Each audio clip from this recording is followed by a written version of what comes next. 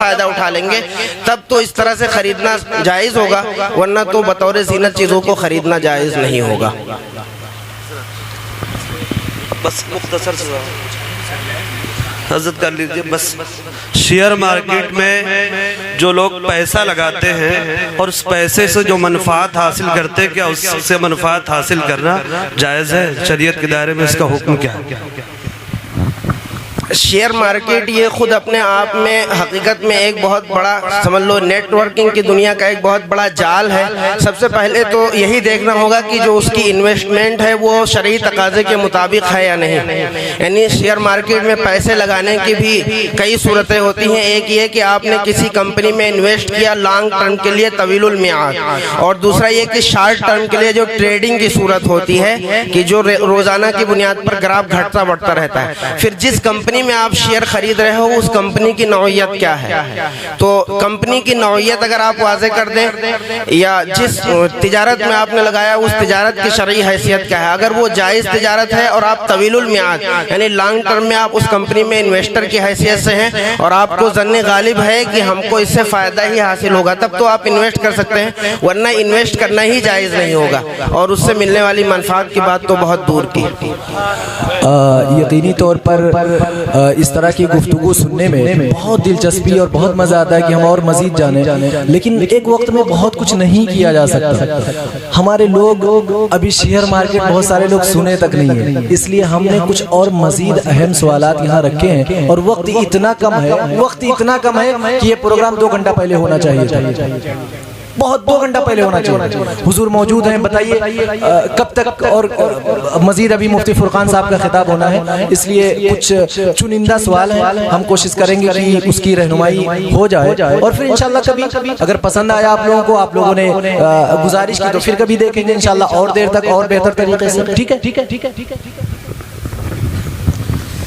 حضرت کی بارگاہ میں سوال یہ ہے کہ ہم دنیا پرست لوگ ہیں، کبھی کبھار شریعت کو ہم پیچھے چھوڑ دیتے ہیں، اس لیے عرض یہ کرنا تھا کہ کیا سود کے کچھ دنیاوی نقصانات اور تباہ کاریاں بھی ہیں؟ یعنی اگر کوئی عقلی اور لوجیکلی اسے سمجھنا چاہے تو کیسے؟ رہنمائی فرمائیں۔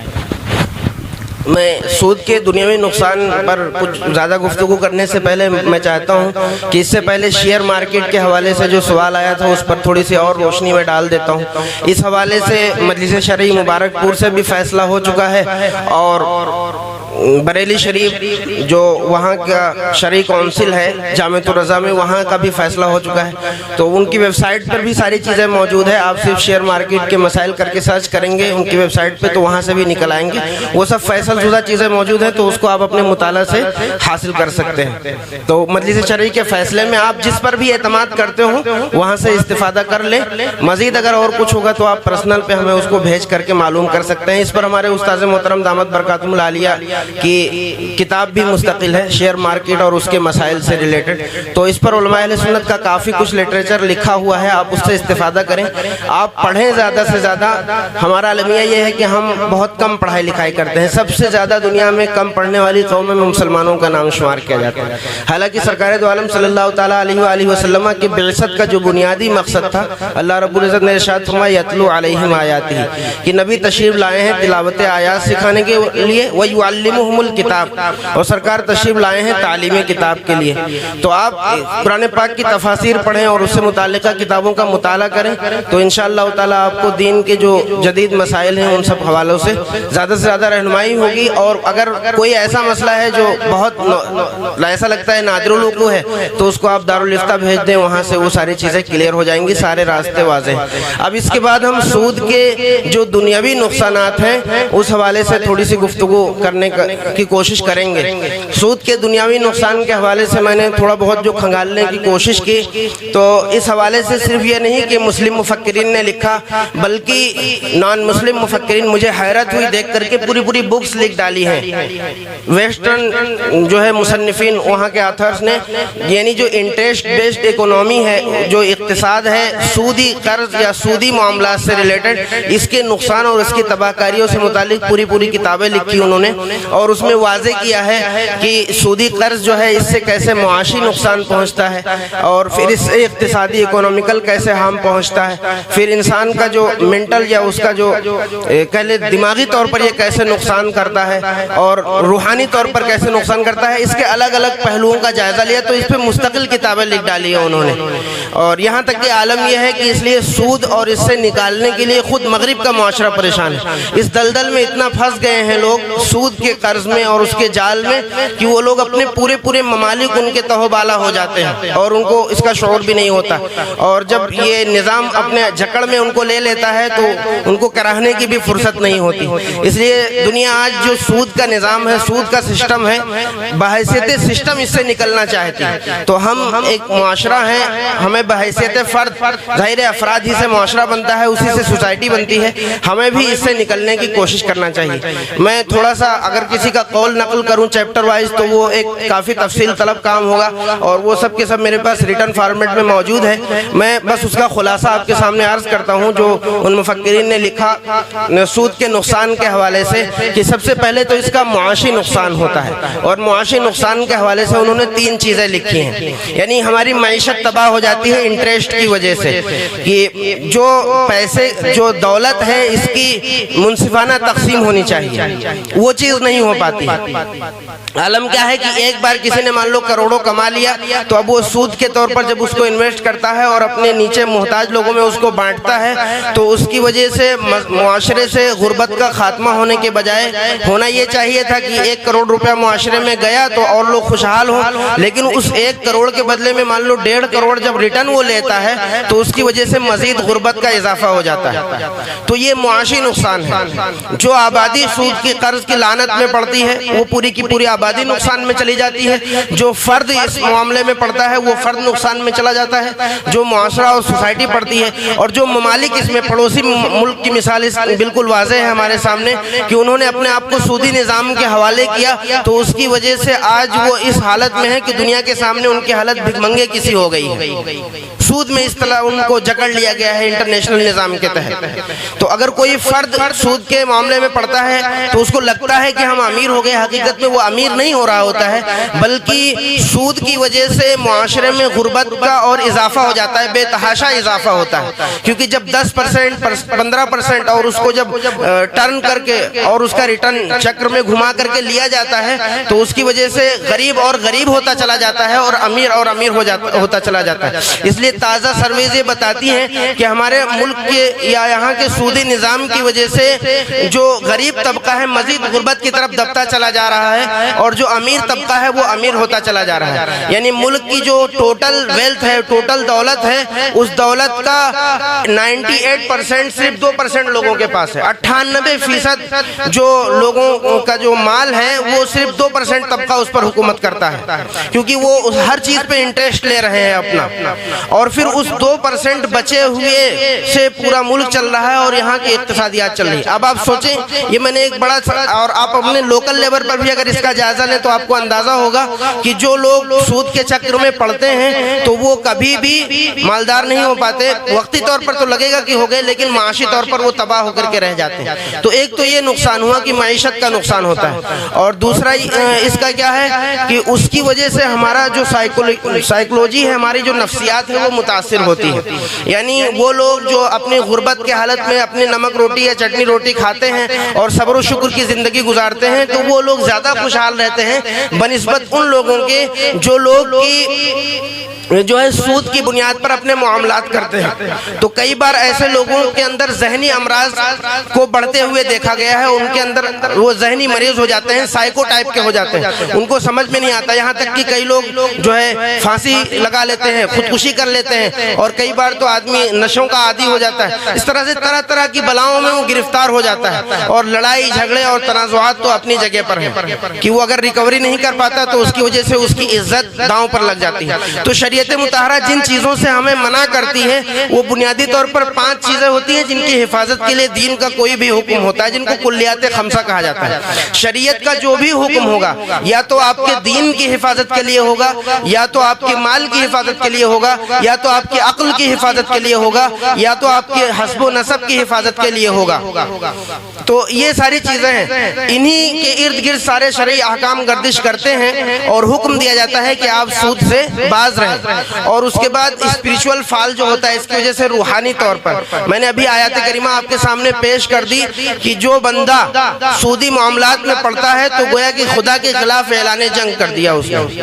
تو جو روحانی تسکین اور جو نفس مطمئن ہمارا ہونا چاہیے وہ نہیں ہو پاتا، اور ہماری روحانیت سلب ہو جاتی ہے، ہماری دینداری سلب ہو جاتی ہے۔ حدیث پاک میں آیا، اللہ کے پیارے رسول صلی اللہ تعالیٰ علیہ وآلہ وسلم نے ارشاد فرمایا کہ جب بندہ گناہ کرتا ہے تو اس کے دل پر سیاہ نقطہ پڑ جاتا ہے، اور جیسے جیسے وہ گناہوں میں مبتلا ہوتا رہتا ہے تو وہ نقطہ بڑھتا چلا جاتا ہے، بڑھتا چلا جاتا ہے، یہاں تک کہ اس کا پورا دل سیاہ ہو جاتا ہے۔ اب اس کے سامنے صرف کفر کے لیے ایک اسٹیپ رہ جاتا ہے، کیونکہ عملی طور پر تو وہ حرام میں پڑ گیا۔ اب جس وقت بھی اس کی حرمت کا وہ انکار کر دے گا تو وہ کفر میں مبتلا ہو جائے گا۔ مان لو جو سود کے معاملات میں پڑا تو اب اس کے دل پر سیاہ نقطہ پڑ گیا، اب وہ گھڑی گھڑی گناہوں میں مبتلا ہو رہا ہے جب تک کہ وہ اپنے سودی معاملات ختم نہیں کر لیتا۔ اب اگر کوئی شخص ایک وقت ایسا آیا کہ شیطان نے اس کو وسوسہ ڈالا اور بہکا دیا، اور اس نے کہیں نعوذ باللہ ذرہ برابر بھی مذاق اڑایا کہ سود کیا ہے، یہ تو چل رہا ہے، دنیا میں عام ہے، یعنی اس کو ہلکا سمجھ لیا، دین کو ہلکا سمجھا، اس کے احکام کو سمجھا ہلکا سمجھا، تو یہیں سے پھر اس کی تباہی اور ایمان کا جنازہ نکل جاتا ہے، تو دینی طور پر بھی وہ تباہ ہو کر کے رہ جاتا ہے۔ تو ایسے معاملات ہمیں کیوں کرنا جس میں ہمارا جسمانی بھی نقصان ہو، جس میں ہمارا دماغی بھی نقصان ہو، جس میں ہمارے دین کا بھی نقصان ہو، ہماری دولت کا بھی نقصان ہو، ہماری عزت کا بھی نقصان ہو۔ اس لیے دین کے راہ پر چلیں، صحیح و سالم رہیں گے۔ وقتی طور پر تو دولت کم رہے گی، لیکن جب آپ تجارت کریں گے یا اور ذرائع سے مال بڑھائیں گے تو اسی میں اللہ رب العزت آپ کے لیے برکت رکھ دے گا۔ ماشاءاللہ۔ اب یہ آخری سوال ہے حضرت مولانا عبید الرضا صاحب قبلہ مصباحی ثم اظہری سے۔ سوال یہ ہے، بزرگان دین کے تعلق سے کیا عقیدہ رکھنا چاہیے، اور مزارات پر حاضری کے تعلق سے اعلیٰ حضرت کا فتویٰ کیا ہے؟ سب سے پہلے میں آپ کو بتا دوں کہ ہمارے فوراً بعد مفتی فرقان رضا منظری بہت مشہور خطیب آپ کے سامنے اپنی گفتگو پیش کریں گے۔ یہ جو مسئلہ ابھی آپ کے سامنے آیا یہ بہت اہم ہے، اس نیت سے کہ اگر کوئی کام ہم اچھا سمجھ کے کر رہے ہوں اور وہ غلط ہو رہا ہو تو یقیناً بہت عجیب سی بات ہوتی ہے۔ حضرت نے فرمایا کہ بزرگوں کے بارے میں ہمیں کیا عقیدہ رکھنا چاہیے۔ اس سلسلے میں ہم جس مذہب مہذب کی پیروی کر رہے ہیں اس میں اللہ کے برگزیدہ بندوں کا بہت بڑا رتبہ ہے، اتنا بڑا رتبہ ہے کہ قرآن میں، احادیث میں متعدد جگہوں پر ان کے مرتبوں کو بیان کیا گیا، اور صرف اتنا ہی نہیں بلکہ ان کے وسیلے سے، بلکہ ان کے عوام میں، امت میں، قوم میں ایک بہترین عقیدت رہے، اس لیے بہت سارے پیغامات موجود ہیں۔ تو بزرگان دین کے بارے میں جو ہمارے مذہب مہذب میں جو عقیدہ ہے وہ یہ ہے کہ ہم کسی بھی بزرگ سے اس قدر عقیدہ رکھیں کہ اللہ رب العزت اس کے ذریعے ہماری دعاؤں کو قبول کرے، اللہ رب العزت اس کا فیضان ہم تک پہنچائے۔ یہ بزرگان دین آقا کریم صلی اللہ تعالیٰ علیہ وسلم اور تمام انبیاء کرام کے بعد میں اولیاء کرام کا رتبہ آتا ہے۔ اس طرح سے مذہب اسلام میں ایک باقاعدہ ترتیب ہے کہ پہلے کون، پھر کون، پھر کون۔ اس طور پر برگزیدہ بندے میں اولیاء کرام کا بھی ایک درجہ ہے، تو ہمیں ان سے عقیدت رکھنی چاہیے، ان کی بارگاہ میں حاضری دینا چاہیے، ان کے وسیلے سے دعائیں کرنا چاہیے۔ لیکن اس سلسلے میں جو اہم بات ہے وہ یہ کہ اعلیٰ حضرت علیہ الرحمت والرضوان نے اپنے فتویٰ کی روشنی میں بارگاہوں میں حاضری دینے کا کیا طریقہ بتایا ہے۔ میں اعلیٰ حضرت کا فتویٰ بعینہ اس لیے پڑھوں گا تاکہ آپ کو اعلیٰ حضرت کی عبارت کی چاشنی بھی ملے اور آپ کو مکمل یقین ہو کہ اعلیٰ حضرت کی عبارت ہے. اور اس امید کے ساتھ آپ تک یہ بات پہنچا رہا ہوں کہ آج کی تاریخ کے بعد امام عشق و محبت اعلیٰ حضرت عظیم البرکت مجدد دین و ملت علیہ الرحمت و رضوان کے اس بتائے ہوئے طریقے پر ہم بزرگان دین کی بارگاہ میں حاضری دیا کریں گے. آئیے اعلیٰ حضرت علیہ الرحمہ کیا فرماتے ہیں. بزرگان دین کی بارگاہ میں جب آپ جائیں تو آپ کی حاضری کیسے ہو, بغور سنیں, کیونکہ یہ روزمرہ آنے والے مسائل ہیں اور اس میں ہم بالکل صحیح مذہب سے ہٹے ہوئے ہیں. ہم احتیاط نہیں برتتے جو احتیاط ہمیں برتنا چاہیے. اور پھر جانتے ہیں کیا ہوتا ہے, مخالف مذہب کے لوگ کبھی ہمیں مشرک کا طعنہ دیتے ہیں, کبھی بدعتی ہونے کا طعنہ دیتے ہیں. کیوں؟ صرف اس وجہ سے کہ ہم آقا نعمت اعلیٰ حضرت عظیم البرکت کے بتائے ہوئے راستے پر نہیں چلتے. آپ کیا فرماتے ہیں؟ آپ فرماتے ہیں کہ مزارات شریفہ پر حاضر ہونے میں پائتی کی طرف سے جائے. ایک ایک جملے ایسے سنیے گویا کہ آپ پڑھ رہے ہو. مزارات شریفہ پر حاضر ہونے میں پائتی کی طرف سے جائے اور کم از کم 4 ہاتھ کے فاصلے پر چہرے کے سامنے کھڑا ہو. کیا سنا آپ نے؟ آپ نے کیا سنا؟ پائتی کی طرف سے جا کر 4 ہاتھ کے فاصلے پر چہرے کے سامنے فاتحہ پڑھے. کیا آپ نے کبھی ایسا؟ یہ کس کا طریقہ ہے؟ بریلی کے امام کا. ہمیں چومنے میں بڑا مزہ آ رہا ہے نا, آپ اپنے امام کے خلاف کام کر رہے ہو. آپ کو لگ رہا ہے میری یہ عقیدت ہے نا, نہیں, لیکن آپ کے امام کا یہ مذہب نہیں. اور آگے سنیے, یہ بات میں اس لیے کہہ رہا ہوں کہ آج ٹھان لیجئے کہ جیسے میرے امام نے کہا ہے ہم ایسے ہی کریں گے. اور اگر 10 بھی کر لیے نا, کامیابی مل گئی.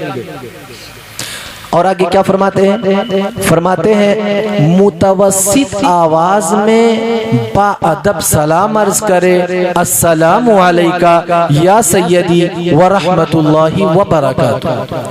متوسط آواز میں ہم جائے وہاں بلند آواز سے تمام عقیدت کا مظاہرہ کرنے لگے اور سلام پڑھنے لگے, اعلیٰ حضرت کے مسلک کے خلاف. میں اپنی بات نہیں کر رہا ہوں, اس وقت میں فتاوی رضویہ پڑھ رہا ہوں. امید کرتے ہیں اپنے عشق و محبت کو سامنے رکھتے ہوئے اپنے امام کی اس بات پر نہ صرف بغور سنیں گے بلکہ اس پر عمل بھی کریں گے.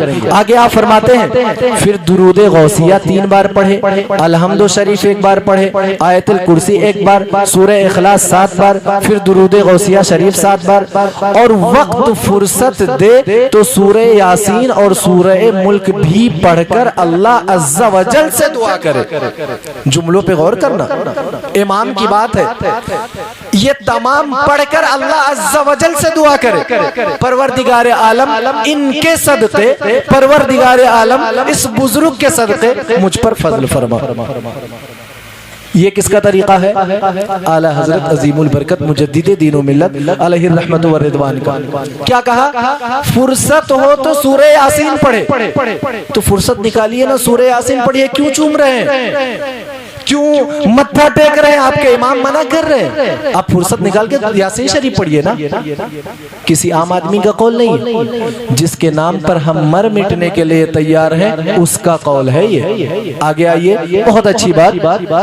آگے فرماتے ہیں دعا کرے الہی اس قراءت پر مجھے اتنا ثواب دے جو تیرے کرم کے قابل ہے, نہ اتنا جو میرے عمل کے قابل ہے. بزرگوں کی باتیں بڑی بڑی ہوتی ہیں, ہم کس قابل ہیں؟ جو تیرے شایع نشان ہے اس طرح سے اجر دے, اور اسے میری طرف سے اس بندے مقبول کو نظر پہنچا. میں آخری بات جو سب سے اہم ہے وہ آپ تک پہنچانے کے لیے حاضر آیا تھا. اگر آپ نے اسے سن لیا, اس پر عمل کر لیا, اس نشست کا کام انشاءاللہ ہو جائے گا. آگے فرماتے ہیں پھر جو اپنا مطلب جائز شرعی ہو اس کے لیے دعا کرے اور صاحب مزار کی روح کو اللہ عز و جل کی بارگاہ میں اپنا وسیلہ قرار دے. جیسے میں نے کہا, پروردگار عالم اس کے واسطے, اس بزرگ کے واسطے, اس شخصیت کے واسطے تو مجھ پر فضل فرما دے, تو میرا فلاں کام پورا کر دے, اس بزرگ کے واسطے تو میرا کام پورا کر دے. یہ طریقہ کیا ہے؟ یہ جائز ناجائز کی بات نہیں ہو رہی, اعلیٰ حضرت نے جو طریقہ بتایا ہے وہ میں آپ تک پہنچا رہا ہوں. آخری بات, بہت اہم بات, ایک ایک بندے کے کان تک پہنچانے والی بات, جو میں چاہتا ہوں کہ یقینی طور پر اعلیٰ حضرت کی بات ہے تو آج اس پر بالکل یقین بنا کے جائے کہ مجھے اس پر عمل کرنا ہے. فرماتے ہیں مزار کو ہاتھ نہ لگائے. کیا سنا آپ نے؟ کوئی بولے گا زور سے؟ زور سے کوئی بولے گا؟ مزار کو ہاتھ نہ لگائے. کس نے کہا؟ بوسا نہ دے یعنی نہ چومے. یہاں متھا ٹیکنے کی بات نہیں ہو رہی, متھا ٹیکنے کی بات نہیں ہو رہی. اس کے بارے میں تو بزرگوں نے سختی سے منع کیا ہے. سجدہ تعظیمی تو حرام ہے اور سجدہ عبادت کفر ہے, اور جہالت والا سجدہ وہ بدعت ہے, وہ بھی گمراہی ہے. ٹھیک ہے, متھا ٹیکنے کی بات نہیں ہو رہی. مزار کو ہاتھ نہ لگا اور بوسا نہ دے, اور طواف چکر لگانا بالاتفاق ناجائز ہے اور سجدہ حرام ہے. آپ نے آج کیا سیکھا یہاں آ کر؟ اب جب ہم کسی بارگاہ میں حاضری دینے جائیں گے تو اعلیٰ حضرت کے طریقے پر عمل کریں گے. اعلیٰ حضرت کا طریقہ کیا ہے؟ مزار سے 4 ہاتھ کی دوری پر کھڑے ہوں گے, فاتحہ پڑھیں گے, درود شریف وغیرہ پڑھیں گے, اور اس کے بعد میں اس بتائے ہوئے طریقے سے دعا کریں گے. مزار کو ہاتھ نہیں لگائیں گے اور مزار کو بوسہ نہیں دیں گے. بات پہنچ گئی؟ انشاءاللہ کریں گے ایسا نا؟ اب 2 منٹ میں اپنی بات پوری کر لیتا ہوں. آقا کریم نے فرمایا من سن فی الاسلام سنتا سیئتا فلہا اجرها واجر من عمل بها من بعد. اگر اسلام میں کسی نے کوئی بری بدعت رائج کی نا تو جو کام اس نے غلط کیا اس کا تو اسے نقصان پہنچے گا ہی, قیامت کے دن تک جتنے لوگ اس راستے پر چلیں گے ان تمام کو اس کا نقصان ملتا رہے گا. اس ضمن میں 1 منٹ میں اپنی بات ختم کرتا ہوں. عورتیں مزار پر جائیں یا پیدل جائیں یہ بدعت ہے, اور جو پہلے جانا شروع کرے گا اس کو دیکھ کر جو جانا شروع کرے گا اس کا گناہ تو اسے ملے گا ہی, قیامت کے دن تک جتنے لوگ اس طریقے پر جائیں گے ان تمام کا گناہ بھی اسے ملے گا. یہ آقا کریم کی حدیث ہے. بس یہ بہت موٹی اور اہم باتیں تھیں. بالکل ہماری خواہش ہے کہ ہم آپ کے دل میں ڈال دیں اور آپ اس سے دور ہو جائیں. اللہ رب العزت کی بارگاہ میں دعا ہے کہ مولا تبارک و تعالی, اللہ تبارک و تعالی ہمیں سننے, سمجھنے اور اس پر عمل کرنے کی توفیق عطا فرمائے. اور بالخصوص وقت زیادہ اس لیے بھی ہو گیا ہے کہ اسی طرح کے اہم مسائل پر صبح عورتوں کے خصوصی پروگرام ہے جس میں عورتیں پہنچے اور ان کو اہم مسائل پر ان کی بھی رہنمائی ہو. تو وقت ویسے بھی بہت زیادہ ہو گیا ہے, ہم آپ سے معذرت چاہتے ہیں لیکن کچھ سیکھنے کی غرض سے آئے ہیں. رب کائنات ہو سکتا ہے اسی کے ذریعے آپ کا کوئی بھلا کر دے, اس لیے تھوڑی دیر اور صبر سے کام لیں اور انشاءاللہ بلا تاخیر اب مفتی فرقان صاحب کی بارگاہ میں ہم عرض کریں گے. ماشاءاللہ, سبحان اللہ. ہم نے حضرت سے, دونوں حضرات سے سوالات کیے اور دونوں حضرات نے ہمیں اور آپ کو جواب عنایت کیا. اللہ تعالیٰ سے دعا کرتے ہیں کہ پروردگار عالم ہماری ہر مجلس کو, ہر محفل کو, ہر تقریب کو اسی طرح دینی مسائل سیکھنے اور سکھانے کے طور پر کرنے کی توفیق عطا فرمائے.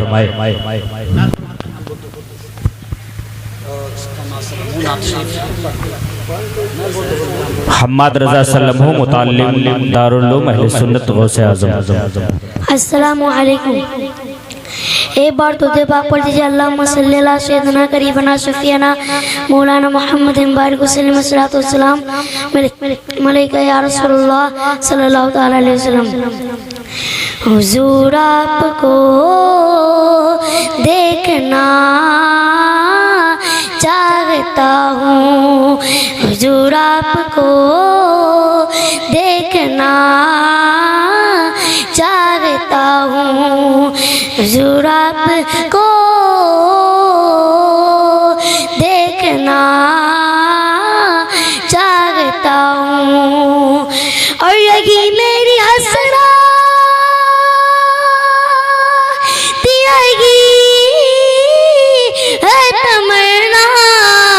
حضور آپ کو دیکھنا چاہتا ہوں, حضور آپ کو دیکھنا